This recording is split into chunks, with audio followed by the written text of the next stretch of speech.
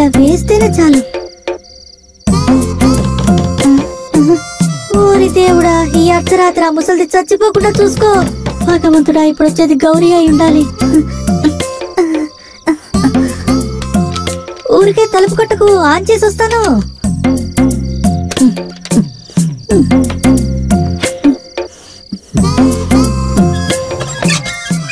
అమ్మయ్యా, వచ్చేసింది. అయ్యో, టేప్ పని చేయట్లేదే. సైలెంట్ బటన్ నొక్కేసినా ఏంటి?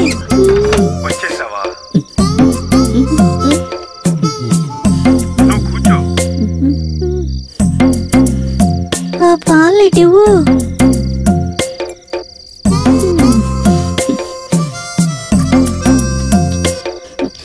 మిగతాది నువ్వే తాగేసి. పాల గ్లాస్ పగిలిపోయింది. దొంగ, ఒక డ్రాప్ కూడా మిగిలించలేదు అది కదా? నేను కాదు, టబ్బింగ్ చేసి.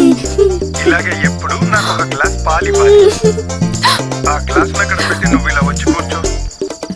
నిన్ను చూస్తే సినిమా హీరోయిన్ లాగే ఉన్నావని అన్నారు. నేను తిని జస్ట్ ఊరికే గుచ్చుకుంది. ఫస్ట్ నైట్ లో నా గొంతు విలన్ గా మారిపోతుందేమోనని ఇలా చేశాను. డబ్బింగ్. నా మనసు తృప్తి కోసం ఇలా చేశాను.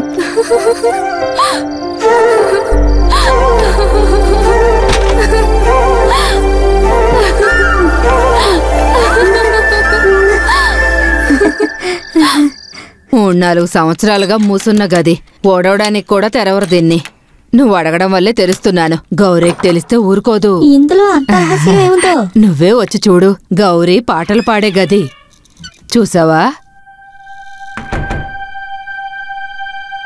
చిన్నపిల్ల నుంచి కాలేజ్ వరకు గౌరీ పాటలు పాడి గెలుచుకున్న బహుమతులు ఇప్పుడు నువ్వెక్కడి నుంచొని చూస్తున్నవన్నీను. తను నిజంగా చాలా బాగా పాట పాడుతుంది.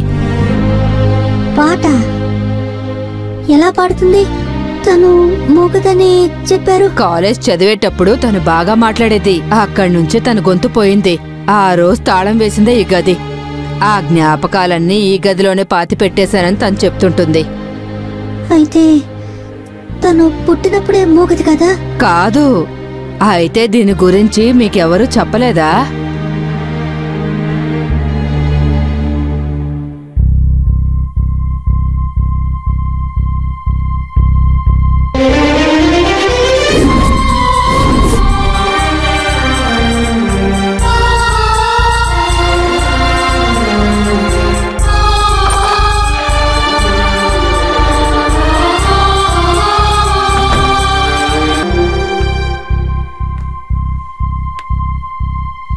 నేను క్షమాపణ అడుగుతున్నాను.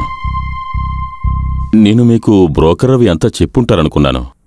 కావాలని మేమేమీ దాచిపెట్టలేదు అల్లుడు గారు. ఏ ట్రీట్మెంట్ తీసుకున్నా సరే తనకి మాటలు రావని చెప్పారు. దాన్ని మళ్ళీ తను ఎప్పటికీ గుర్తు తెచ్చుకోకూడదని నేను అనుకున్నాను. అందుకనే మేము మీతో ఏమీ చెప్పలేదు. కానీ నేను మీకు చెప్పుండాల్సిందే. అది నా బాధ్యత.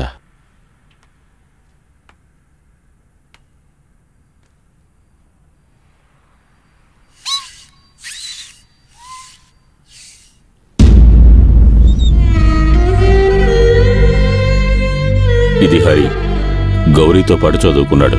ఇప్పుడు అమెరికాలో ఉన్నాడు. మ్యూజిక్ డైరెక్టర్ అవ్వాలని హరి ఎన్నో కలలు కన్నాడు. కాలేజ్ సెలబ్రేషన్లో గౌరీతో కలిసి తను ఒక పాట పాడాలని హరి నిర్ణయించుకున్నాడు. కానీ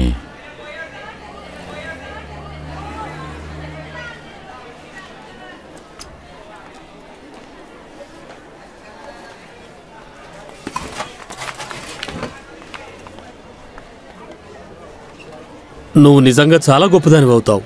కాలేజ్ 4 గోడల మధ్య మాత్రం నీ వాయిస్ వినిపిస్తే సరిపోదు, లోకానికి తెలియాలి. దానికి అవకాశమే ఇప్పుడు దొరికింది. తెలుసు ఫాదర్. కాదు ఫాదర్, కాలేజ్ కి లోకల్ ఉండే వాళ్ళందరూ కూడా వస్తారా? ఈ బ్రెయిన్ ని స్టేజ్ మీద కూడా యూజ్ చేయి. అవును, మన మ్యూజిక్ కంపోజర్ హరి ఎక్కడా? ఎంతసేపు ఇక్కడే ఉండాలి ఫాదర్. సరే, రిహార్సల్స్ మొదలు పెట్టండి, నేను వస్తాను. ఓకే, అక్కడ రిహార్సల్స్ జరుగుతున్నాయి, అనవసరంగా సమస్య చేయకండి. కాదు father. Praise the lord.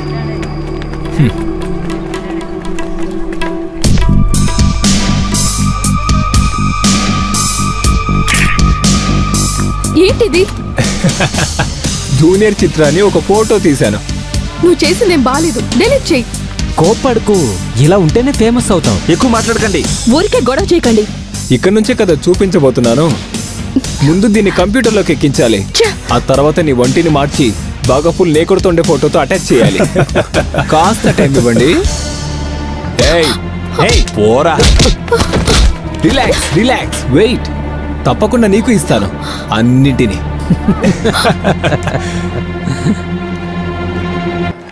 Sir sir sir sir, మీరే కదా ఆ ఫోటో తీసింది, దయచేసి దాన్ని డిలీట్ చేయండి. తెలియడం లేదా? వాడి మామయ్య కొడుకు. నువ్వు మొగాడవైతే దాన్ని డిలీట్ చేసి చూపించు.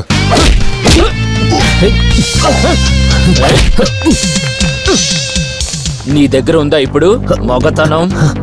అది పోయింది, నీకు కూడా పోవాలా? పోరా.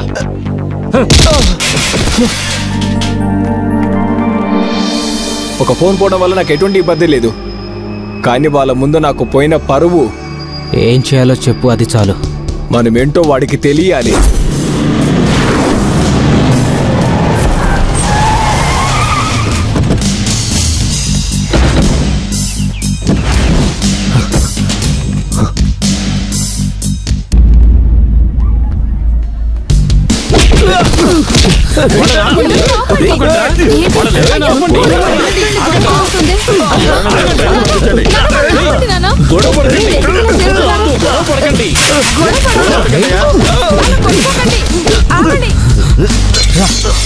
వచ్చి నరకరాదండి. అయ్యో హరి,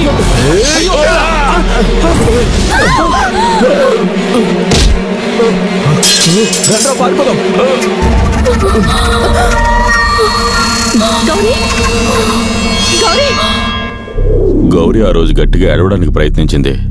ఆ గొంతుని ఆ రోజు తను పోగొట్టుకుంది. చాలా ట్రీట్మెంట్లు చేయించాం. ఎంత ఖర్చు పెట్టడానికైనా నేను రెడీగా ఉన్నాను, కానీ దేవుడు సహాయం చేయలేదు. ఇక దీని గురించి అడిగి తన మనసుని కష్టపెట్టకండి.